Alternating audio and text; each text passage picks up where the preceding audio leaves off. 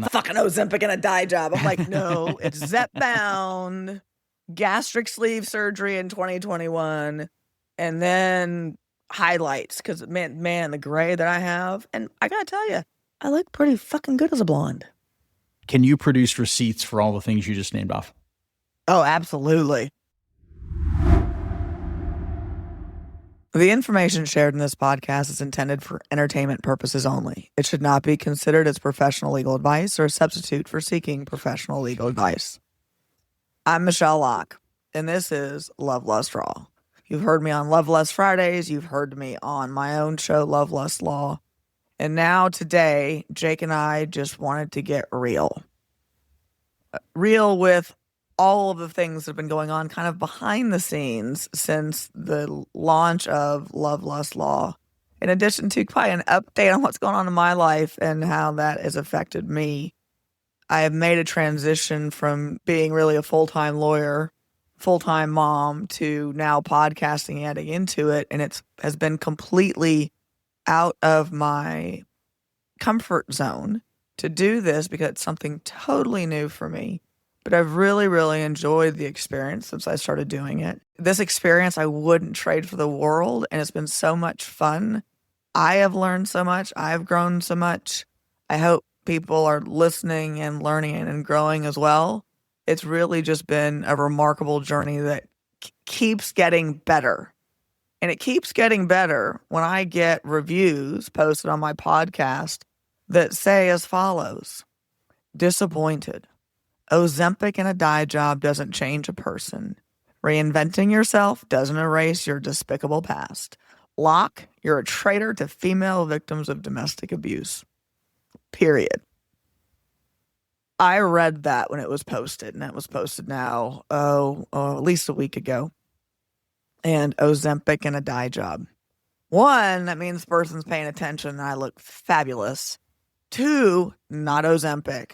And 3, not a dye job, y'all. It's highlights. And I get the highlights because I'm going mostly gray, and I don't want to be gray. And it's easier to be blonde than to have the brunette hair. Now, Ozempic, no, hasn't been Ozempic. It's been Zepbound, to be specific. And if you're gonna throw jabs about my personal appearance, let's talk about the Botox I have done, the filler I have done, the lip injections I have done, the sculpture that I have done, the laser treatments I have done. I don't have any shame in what I have done, who I am, and what it has taken to get me here. And you think about, and Jake, you and I talked about this offline, you go anywhere in any major city, there's a testosterone center for men getting older on about every corner. And half the men go and get testosterone injections or whatever else those doctors recommend. And so why is it that someone's going to attack me because I took care of myself? I would like to tell the person to probably F off because you haven't lived my life. You don't know my life. And here's the best part. You don't pay my bills. And those types of reviews, for like keyboard warriors, it doesn't bother me. In fact, it adds fuel to what I do because it means you're paying attention. And it's also someone who clearly doesn't like me, which is fine. As Jake, you and I have talked about it, there are people that love me. There's people that hate me. And there's usually not much in between. And boy, when they hate me, do they really hate me? And I got to tell you, I'd probably hate me too if I was cross-examined by me. I was in court just this week. In fact, yesterday. And my associate attorney leaned over to me and she said, "Remind me to never be cross-examined by you." And that was accurate because I was able to not discredit the opposing party's credibility without that person even taking the stand. And that related to how I cross-examined some of the other witnesses. That being said, she hates me now, I know, because I saw the message she sent her ex-husband the next day. And when you want to talk about I'm a traitor to women that have suffered domestic violence, then you don't know me. Bottom line. I got to say, your transparency is refreshing. Okay, number one. Number two, I've spent most of my podcasting career staying away from giving any attention to negativity in the space. However, one thing I have to say about what you just did is it's very cathartic. And the fact it's that great. it is, and the fact that you are who you are in your profession leads me to believe that you're actually in a position to be able to counter this. I mean, there have been comments on some of the episodes that we've already released that you've been able to defend your position. And I find that highly respectful. I find that highly refreshing because there's a lot of people that don't understand how to navigate through that. And there's a lot of people who do want to make commentary before they've read all the facts or listened to all the facts or lived all the facts. And I think it's very important to take the time to research, to think before you act, before you react to these things. So I think that in this space, you're going to be a very powerful voice, but I also think that you're not going to shy away from controversy, which I think is a very valuable thing. And I think more people could learn a lesson. And I'm not just kissing your ass because we're business partners, but I will say I've been an admirer of you for a long time and what you've done in the space, even since you were a guest in Strictly Stalking. And I think your chance to open up here and get more transparent is going to be a welcome thing, because most of the time you don't get people like yourself in your profession who are transparent, who do open up and are showcasing that they are real people. They have feelings behind the scenes, not just people who go to court to battle. Right. They think that I put on this hat and I go to court and I battle for my client. That's what I'm supposed to do. It's my job. And I do it for the most part relatively well. Do I have room for improvement? Sure, everyone does. Am I terrible at the paperwork end of it? Absolutely. You got to own who you are. And I find it interesting because there's been some recent celebrities that are now saying, oh, I've had this done. Oh, I've had this done. Oh, I've had that done. I've always been like that. If anyone asks me, hey, have you had work? Oh, yeah, here's my girl's information. She's fabulous. Go see her. Because, and I have no shame. I really have no shame in it. I'm like, I have been through too much in my life behind the scenes for those types of comments to bother me. I've run a campaign. Let me tell you what, politics, when I ran for district court judge, I had more knives in my back than you could shake a stick at. Okay. When you learn from the school of hard knocks is you can't take stuff personally. You simply cannot. Because if you do, life's going to be much more difficult. People are entitled to their opinions. But like on the last episode that we did of Lovelustraw, when we were talking about Angelina and Brad, man, there were some, before the episode even dropped, people were lighting up my social media about, well, you don't support women. She's a victim of abuse. And my response was, just listen to the episode. Because the episode doesn't go in and blame anyone, but it goes in and points out the facts. And when you know the facts of the litigation and the facts of what happened in the litigation, it is very eye-opening to some of the allegations that she made. Oh my God, some of these reviews, I haven't even read half these. Here's the best part. I usually don't even read my reviews because I told you not to. Too many other things told you to not do. to. No, but I told you not to read the reviews. I told you not to. I said, wait until you feel the sort of success of the show and the impact it's making. But if you read the reviews, you'll have like 100 great ones and one bad one that'll really just set the tone for the day. And I tell it to everybody online, when you comment on any sort of feedback and you have time to do so, that you're going to give a very poignant and exacting answer. And you'll be able to defend your position, where a lot of creators don't have that capacity, especially when they're tackling something, let's say, that could be beyond the scope of what they're used to. The trailers that I dropped for it was the last only episode. a trailer, and it was actually in advance of the episode, and that literally lit a fuse so quickly, and you were on it so quickly. People have their right to comment on anything they want online, but in reality, absolutely, when you rush to judgment, you're kind of doing yourself and the players involved a disservice in a way.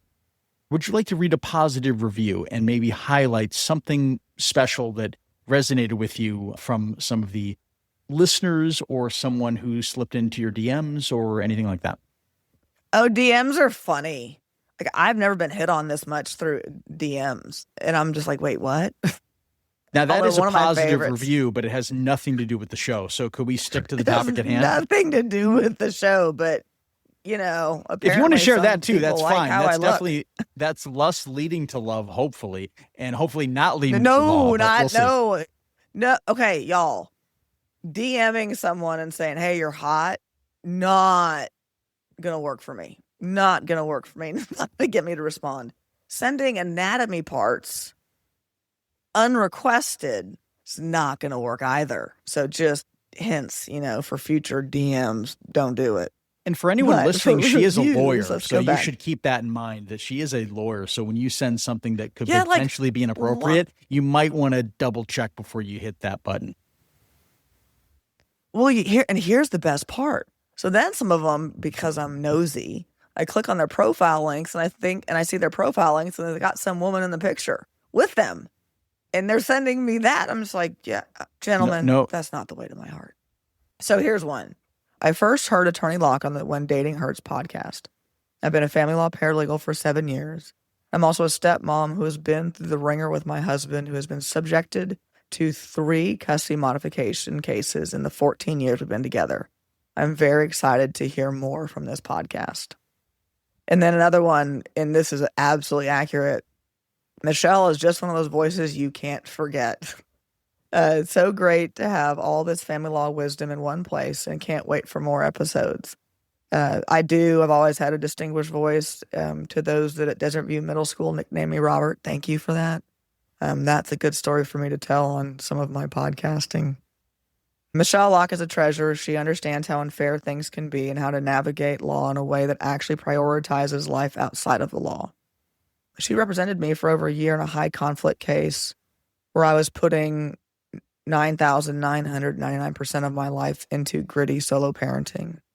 She was one of the only people I've ever talked to about all I did and went through without minimizing it or pretending everything was fine. She understood completely. None of it was fair. And I kept conflict away from my kid and from my career. And now I'm able to be myself again without the facade. It goes on, but those are, and Jake, you're right, don't ever read your reviews, good or bad. You don't need to have someone else do it on your team for it. Can we talk about something real fast? Because this one is just driving me nuts, and I want to mention it briefly. People have affairs. People cheat. Where there's love, there's divorce. That's what happens. But the Coldplay concert, and it's been talked about and talked about and talked about. It really has. Because if their reaction had been something different, no one would have paid attention. And I learned everything I needed to know about that man, that CEO, in 1 second. The minute he dropped and hid, come on, he got the huevos to go cheat, stand there and take it like a man. Instead, he hid.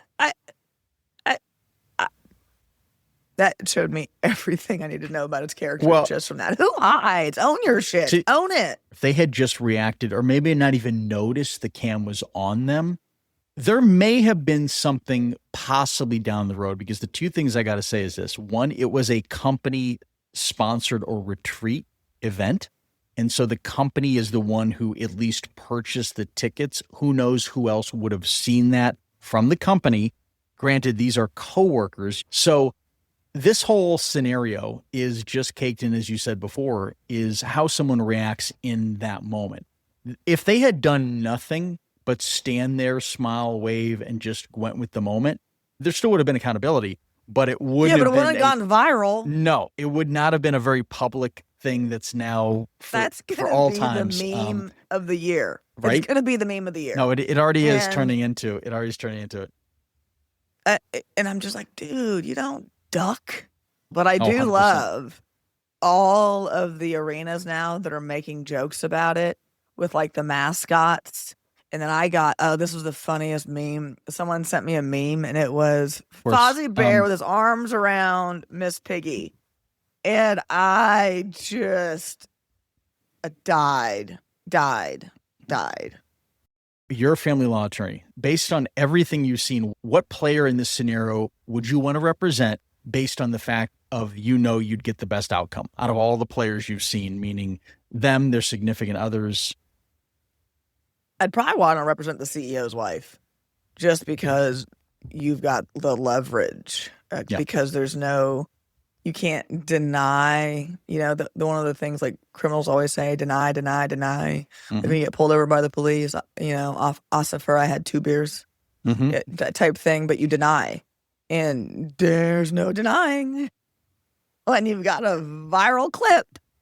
And so that's one where also if you're representing him, you are apologetic, you are humble, you are generous to get it to go away quickly and move on. Like, that's one that if you represented him, my advice would be like, you're gonna pay a little bit for this. So figure out what the total value of the estate is, and figure out some disproportionate division that you can deal with, because that's what's going to happen in court, most likely. Now, everyone thinks, and this is the interesting part, everyone thinks that if you get caught having an affair, that the other side can walk away with all of the estate. And I really think it depends on the laws of the various states you live in. But affairs aren't as big of a deal in courtrooms, and this is my experience in Texas, is yes, people have affairs, but just like everything in family law, it's fact specific. And so I don't know what was going on in their particular marriage, the CEO and his wife. I think it became pretty clear that she didn't know about it, or it appears she didn't know about it, but you don't know the state of their marriage. Like, they could have been in a relationship where they hadn't had intimate relations in 4 years or 5 years. Because I've had cases where I had a case once where they didn't have intimacy for 20 years. And that's just not, relationships can end because of that. And anyways, and so we don't know what the background is that led up to the affair. Everyone's going to say, well, shouldn't have done it, should have left her before. And yeah, hindsight's always 20/20. Hindsight's always 20/20. You're not living in their lives, you're not living in their shoes, and so you don't know the details behind it. But man, you're going to cheat, don't duck. Because then you can play it in court or play it for the judge. But that's one, if I represented him, it's like when you represent someone as an addict or someone that's done something wrong that he could be punished for in the divorce proceeding, is you go in and you fall on your sword. Because to try and explain it, justify it, destroys your credibility in front of the courtroom and in front of the judge. And credibility of witnesses is everything when you get down to the nuts and bolts of it. And so he's going to have to fall on a sword. He may have to fall like on 8 swords because he ducks so quickly. But he's going to have to fall on a sword in court. If I represented him, I would tell him, you are. There's no other option. No other option. And it's almost like when you're doing your opening statements to the court for whatever hearing is going on, it's, Judge, he's sorry. Boy, did he mess up. And we're not here to say otherwise. But what we are here to say is, yes, he did. That being said, the relationship already had issues. This was not the cause of the breakup. There were other reasons. And so you try to show the court that the affair was really the symptom of the problem and not the problem. Now, conversely, sometimes the cheating can be the problem, right? And that's why when I go talk about everything in family law is so fact specific. There is a difference between a person who has affair after affair after affair after affair after affair. There's a difference between that and a one-off, right? A moment of weakness. Those are probably viewed very differently in a courtroom or very differently in a family law proceeding. If you had given your wife permission to go have an affair for whatever reason, and it can't really be an affair if you give your wife permission, but that's a whole other story. Like when we get swingers in cases and they're like, well, they cheated on me. And I'm like, but you all swing. Like, how can I go into court and say there was an affair when you guys are swingers? How do I do that? Now, I have also learned in the course of what I do for a living that there are rules for swingers. And so I guess each swinging couple has their own various rules of what they can and can't do. And so if they violate those rules, then it's an affair. But again, let's get down to the brass tacks of it, is how do I go into court and say, Judge, they allowed each other to sleep with other people, and now they're complaining about it? Back to the Coldplay case, is that wow, I went down that rabbit hole. You really did. And the reason I bring this back up is that, the HR exec is married to one of the wealthiest families in Boston in terms of, it's estimated they have billions of dollars. Okay. The woman? The woman, the HR exec, is actually married to one of the wealthiest families in Boston. So bottom line is this. There had been talk about, when you go to a concert, you go to a public place where they're going to have cameras, where you're going to be potentially featured within the media scope of an event. Usually by just buying the ticket, you sign off on a general release that you agree to be photographed, right? Most people don't know that, but in the fine print, would they have any chance of potentially suing Coldplay, suing the event, suing the ticket company, would they have any chance of suing the company for featuring them on the Kiss Cam? Oh, that's so sweet. You have no reasonable expectation of privacy at a concert, so good luck with that one. Yeah. If you don't want to get caught, then don't go to a concert with who you're sleeping with. That's not your wife. I mean, or not we your all husband, know, as the case may be. We all know that when you go out to a public event, it's not exactly seeking privacy. They were in a suite, like it was a corporate suite, wasn't it? That I do not know. I think I looked back at the pictures and it appeared that they were in a suite. So they were in a corporate suite, I'm assuming put on by their company, the head of HR, the CEO. But I'm sure they had other employees or people who had connections to the company. So that was probably the worst kept secret in the company. She has, according to New York Post, she's been holed up in a $2.4 million mansion since the scandal broke. So I don't think that there's a lot I'll go hole up in a $2.4 million mansion. Any offers, people? Any offers?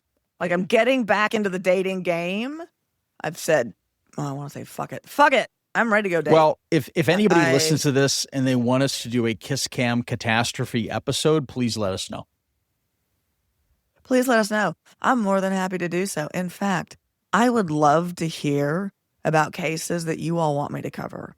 I'm picking the cases right now because they're the cases that I have grown up with as a lawyer, listening to, following.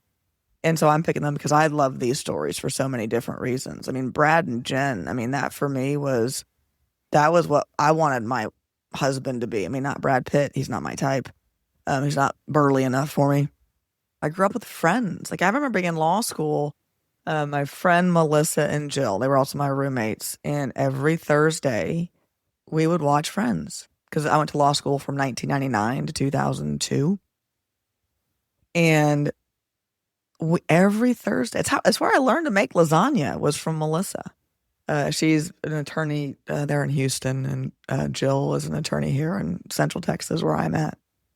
But we made stuffed mushrooms. We had wine, and every Thursday we did it. Every Thursday during law school. I mean, Friends was. I mean, that was a defining show for my generation, because I think about the tail end of Gen X. And so I did that case because of that. And then the Brangelina one, because quite frankly, their divorce lasted longer than their actual marriage, makes it interesting. And so I loved that, because then I didn't like Brad at the time because he broke Jennifer's heart. Like, I think he really did. And the only reason I think that is because when the first episode, we talk about one of the statements she made. And in that statement, it made me cry because it hit home, that statement. It so hit home. It was so profound. And in that, she didn't have to say she was crushed. But that statement to me clearly showed that it destroyed her. That probably changed her forever. Because I think if you look at some of the pictures from their wedding, he was her Prince Charming. At least from what the pictures show, but not everything's Instagram perfect. Even information changes my perspective. As you know, the next episodes we are dropping are the Blake Lively episodes in a 2-part series, because it was too much information to contain in one. But I have to tell you, and I won't tell you my position, but I had one position in that case before I recorded those episodes. My position on that case changed after I did those 2 episodes because of the nitty-gritty of the details.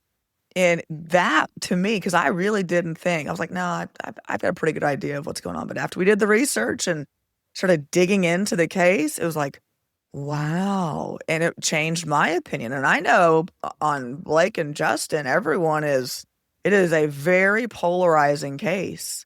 And I think if you listen to the episode, or the episodes, plural, 'cause there's 2 of them, I think you may be surprised on either side about what's gone on. I mean, I really do. I was very surprised. I got to tell you is that one of the things that one of the teams did, and I'm not going to share it at this point, but they crafted such a careful and powerful narrative up front that it really shed a bias over the entire course of the case. And if you get into the nuancing Oh, of it did.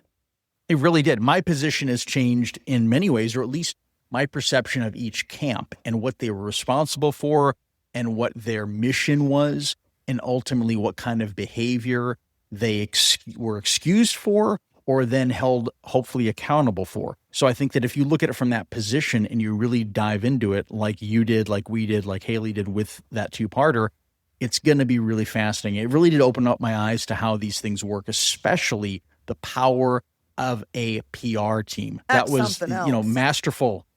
Yeah, that was masterful and maniacal in its own way. It was diabolical, quite frankly. So we've got those 2 episodes coming up next. We're going to talk about Tiger and Ellen and their divorce. And I can't wait to get into the details on that one, because doing family law for a living, when I heard that she had basically busted out windows in his car with a golf club, my first thought was, ooh, he got busted. None of that Rachel Uchitel had come out yet, and we didn't know about any of those affairs. But I will tell you, when I saw that it was with a golf club and she destroyed it, I'm like, oh, someone's in trouble. And so we're going to probably cover that one. Harrison Ford and his divorce from Melissa. That was a hugely expensive divorce for Harrison Ford. Chris Martin and Gwyneth Paltrow, I think we should absolutely cover that, considering Chris Martin's hand in the astronomer debacle that recently occurred. And then I think there's so many more, and I'm open to suggestions. If there's a case that the listeners want me to cover, I'm more than happy to do it. We can always talk about Bill and Melinda Gates. We could talk about Mel and Robin Gibson, because again, that was a hugely expensive, if you do the inflation rate adjusted for today's money, it was a divorce that was estimated at $663 million based on current inflation rates and prices. So hugely expensive divorce. We've got the Murdoch divorce. Jeff Bezos and Mackenzie Scott. That's one that is going to be interesting, because that one, for that divorce, turned out to be $46.7 billion inflation adjusted for what that divorce cost. And I don't mean cost and legal fees, but that was the total of their marital state. But we've got some good ones to dive into, and ones that really can help us explain and understand a little bit more about how family law works and how divorces work and who gets what and why. Michelle, you're forgetting about my era, some of the subjects like Sonny and Cher. I hope we cover them and give them the light that they deserve from my era.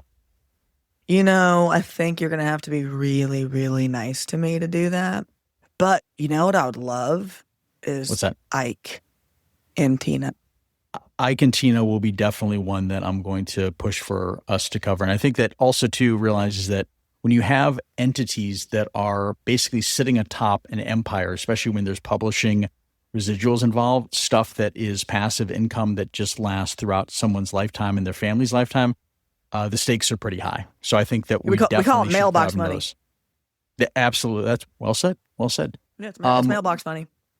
Thank you for joining me on today's episode of Love, Lust, Raw.